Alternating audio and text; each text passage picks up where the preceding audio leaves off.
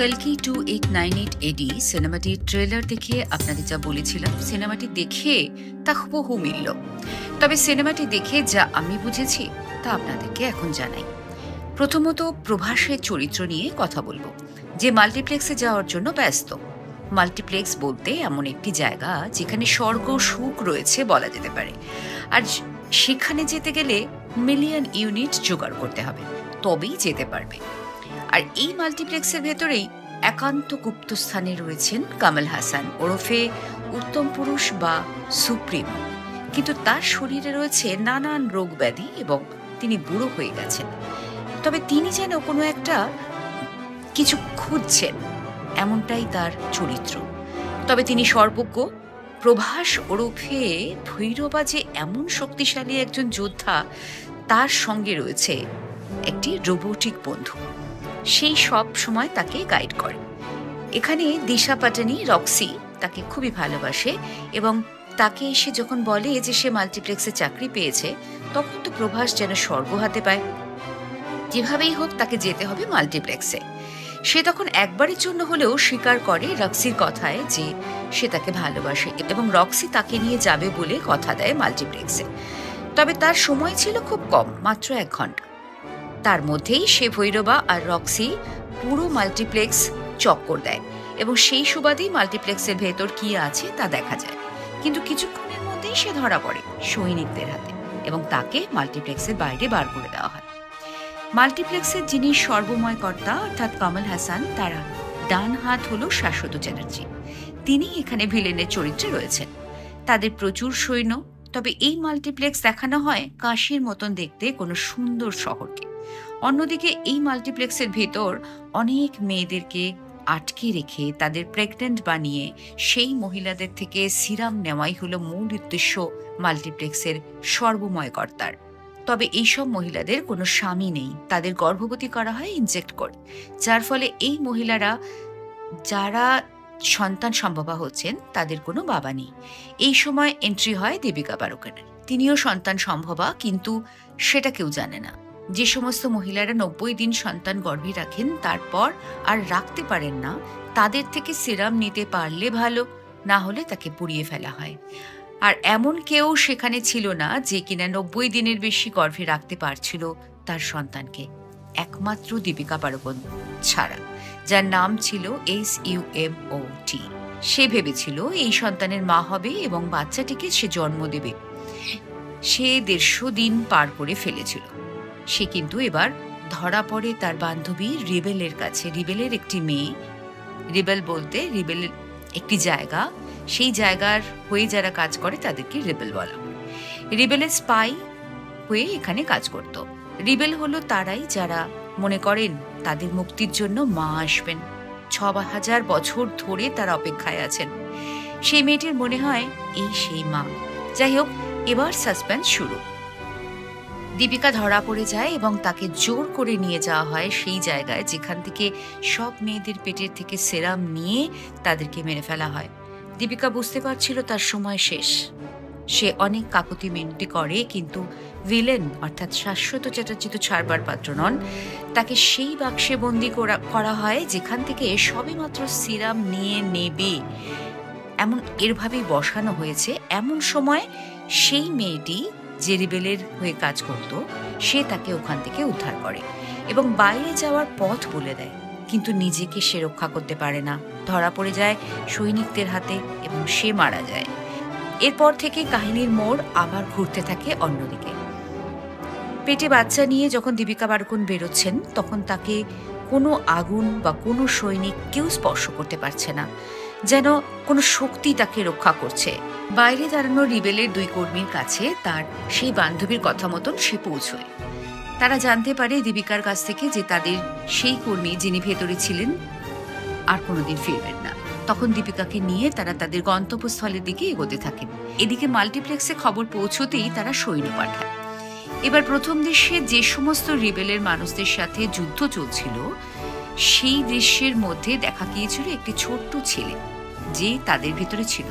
সে নিজের আত্মরক্ষার্থে একটি গুহার মধ্যে পড়ে যায় এবং সেই গুহার ভেতর গিয়ে দেখে জরাজীর্ণ একজন বয়স্ক মানুষ বসে আছেন আত্মগোপন করে, এবং সেই মানুষটি দেখেন যে এই ছোট্ট ছেলেটির কাছে একটি মণি রয়েছে। তিনি বুঝতে পারেন এবার বোধহয় সময় হয়ে এসেছে। মণিটি নিয়ে তিনি নিজের কপালের মাঝে পড়েন। সঙ্গে সঙ্গে তার পূর্ব শক্তি ফিরে আসে এবং সেই সময় মাল্টিপ্লেক্সের কিছু সৈন্য আসে বাচ্চাটিকে ধরতে। তাদেরকে তিনি ধূলিসাৎ করে দেন। বাচ্চাটি জিজ্ঞেস করে, আপনি কে? তখন তিনি বলেন, অশ্বত্থামা, অর্থাৎ অমিতাভ বচ্চনের এন্ট্রি। এই সিনেমা যদি 70 বা 80 দশকের হতো তাহলে হয়তো হলের ভিতর গুরু গুরু বলে চিৎকার উঠত কিংবা পয়সা ছোড়াছুড়ি ইত্যাদি চলত। কিন্তু এখনকার সিনেমা হলে সেই আওয়াজ বা পয়সা ছোড়া এসব হয় না, তবে হ্যাঁ, হাততালিটা পড়ে। অন্যদিকে দীপিকাকে নিয়ে যাওয়া হচ্ছে তখন তারা যাচ্ছিলেন সেই ওই গাড়িতে করে, যেখানে ছিলেন দুজন পুরুষ এবং একজন নারী। সেই নারীর নাম ছিল রেবেকা। যুদ্ধে তিনি অসম্ভব পারদর্শী। তার সাথে খুব সুন্দর সম্পর্ক হয়েছিল দীপিকা ওরফে সুমতি, এবং সেই মেয়েটি কিন্তু দীপিকার নাম দেয় সুমিতি। তিনি বলে যে এটা একটা কেমন নাম, তার থেকে সুমিতি সুন্দর। এবং তারা যেখানে যাচ্ছে তার সমস্ত বিবরণ সে তাকে দেয়। দীপিকা যেন সেগুলো শুনে কিছুটা আশ্বস্ত হয়। অন্যদিকে প্রভাস বেরিয়ে পড়ে সুমিতিকে ধরার জন্য, কারণ সে জানে তাকে ধরে নিয়ে যেতে পারলে তার অনেক ইউনিট হবে এবং সেই ইউনিট দিয়ে সে মাল্টিপ্লেক্সে যেতে পারবে। এটাই ছিল ভৈরবার মুখ্য উদ্দেশ্য। সে জানে এটা তার কাছে কিছুই নয়। সে সেই রিবেলদেরকে থামাতে এগিয়ে আসে, কিন্তু যুদ্ধে মারা যায় রেবেকা। তারপর যখন ভৈরবা এগিয়ে আসে সুমিতির কাছে তাকে ধরবে বলে, ঠিক সেই সময় পিছন থেকে অশ্বত্থামা এসে তাকে আটকায়। আর তাদের মধ্যে প্রচন্ড রকম যুদ্ধ হয়। যারা 70 বা 80 দশকের অমিতাভ বচ্চনকে চেনেন সেই সময়ের অভিনয়ের ঝলক দেখতে পাবেন এখানে তার মধ্যে। যাই হোক, এই যুদ্ধে কিন্তু ভৈরবা হেরে যায়। নানান ছল চাতুরি করেও অশ্বত্থামা দীপিকা মানে সুমিতিকে নিয়ে সেই রাজ্য যেখানে সবাই অপেক্ষা করে আছে, সাম্বালা, সেখানে রওনা দেয়। সাম্বালা এমন একটি রাজ্য যার হদিশ পাওয়া কারোর পক্ষে সম্ভব নয়। সেখানে ঢুকতে তারাই পারেন যারা জানেন পাহাড়ের নিচে খাদ নয়, একটা রাজ্য আছে। সেখানে যাওয়ার পর অশ্বত্থামার প্রথম পদক্ষেপ মাকে সযত্নে নামানো। সে এক অপূর্ব দৃশ্য। উনি হাত পেতে দিচ্ছেন আর সেই হাতের উপর সুমতির প্রথম পদক্ষেপ পড়ছে। আর এই সাম্বালার প্রধান হলেন মারিয়াম, যিনিও এই মায়ের আসার জন্যই এতদিন ধরে অপেক্ষা করছেন।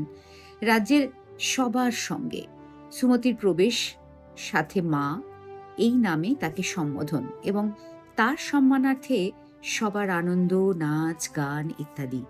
এদিকে সুমতি মানে দীপিকা কিছুই বুঝতে পারছেন না যে এসব কি হচ্ছে। সব সময় ছায়ার মতন অশ্বত্থামা ঘুরছেন তার আশেপাশে, তাকে সবাই মা বলে সম্বোধন করছেন। একদিকে তাকে মারার জন্য ব্যস্ত মাল্টিপ্লেক্সের সৈন্যরা, আর অন্যদিকে এইখানকার লোকেরা তাকে পুজো করছে। দ্বিধাগ্রস্ত দীপিকাকে ওরফে সুমতিকে অমিতাভ ওরফে অশ্বত্থামা সব বলেন। কৃষ্ণ মহাভারতের যুদ্ধের পর তাকে যে অভিশাপ দিয়েছিলেন তার জন্য তিনি এখনো জীবিত, এবং কৃষ্ণ যখন কলিযুগের শেষে কল্কি রূপে অবতরণ করবেন সেই সময় তিনি তাকে যুদ্ধে সহায়তা করবেন, অর্থাৎ তিনি তার সঙ্গ দেবেন। তাই তার ধর্ম হলো এই মাকে রক্ষা করা, কারণ তিনি এখন রত্নগর্ভা। আরে সবটাই তো বলে দিলাম আপনাদেরকে, হলে গিয়ে কিছু দেখবেন তো। আসলে শেষের সাসপেন্স হিসেবে আর কয়েকটা কথাই আপনাদের জন্য রইল। প্রথমত, এই ছবিতে অশ্বত্থামাকে যেমন দেখা গেছে তেমনি তার সাথে এই সিনেমার শেষ যুদ্ধে কর্ণ এসে যোগ দেন। কিন্তু এই কর্ণের বিবরণ এতক্ষণ আপনাদের বলেছি, কিন্তু বুঝতে পারছেন কি কর্ণকে? যদি বুঝতে পারেন তাহলে কমেন্টস করে জানান যে কে হতে পারে কর্ণ।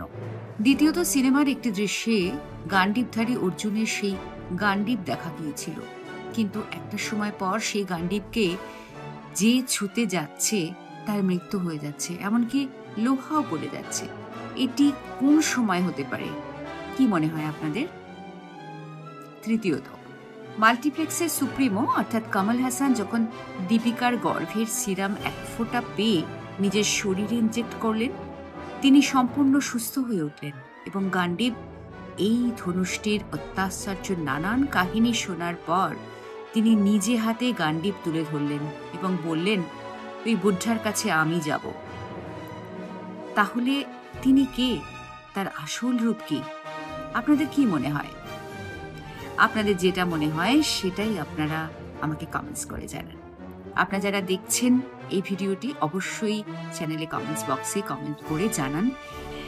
তবে যারা এখনো চ্যানেলটি সাবস্ক্রাইব করেননি, শীঘ্রই সাবস্ক্রাইব করে পাশের বেল আইকনটি প্রেস করে অল বাটনটি সিলেক্ট করে রাখুন, যাতে পরবর্তী ভিডিও আর আপনার মিস না হয়। তবে বন্ধুরা, এই কল্কি 2898 AD এর দ্বিতীয় পর্ব কিন্তু অবশ্যই আসছে, আর তাই প্রথম পর্বটা সপরিবারে গিয়ে দেখে আসুন। যতই হোক, ডিরেক্টর নাগা শিনজে আজকের দুনিয়ায় দাঁড়িয়ে অর্থাৎ 2024-এ দাঁড়িয়ে 2898 সালে কি ঘটতে পারে তার কাল্পনিক এবং একটা সুন্দর মাইথোলজিক্যাল সিনেমা তৈরি করেছেন সায়েন্স ফিকশনেরও। তার কোনো তুলনা হয় না। এখানে প্রত্যেকের অভিনয় এত সূক্ষ্ম আর এতটা পারফেক্ট, বিশেষ করে অমিতাভ বচ্চন, যার মধ্যে তার চরিত্রের যে চিত্রণ তিনি এত সুন্দর করে ফুটিয়ে তুলেছেন বলাই বাহুল্য। তার বয়সকে তিনি হার মানিয়েছেন। তাই যাদের বয়স হয়েছে তারা কখনো ভাববেন না আমার বয়স হয়ে যাচ্ছে, আমি আর কোনো কাজ করতে পারবো না। সিনেমাটা দেখুন, অবশ্যই আপনার মধ্যে অমিতাভের মতন আপনার শক্তিও ফিরে আসবে। শীঘ্রই আসছি নতুন আরও একটি ভিডিও নিয়ে, সঙ্গে থাকুন। নমস্কার।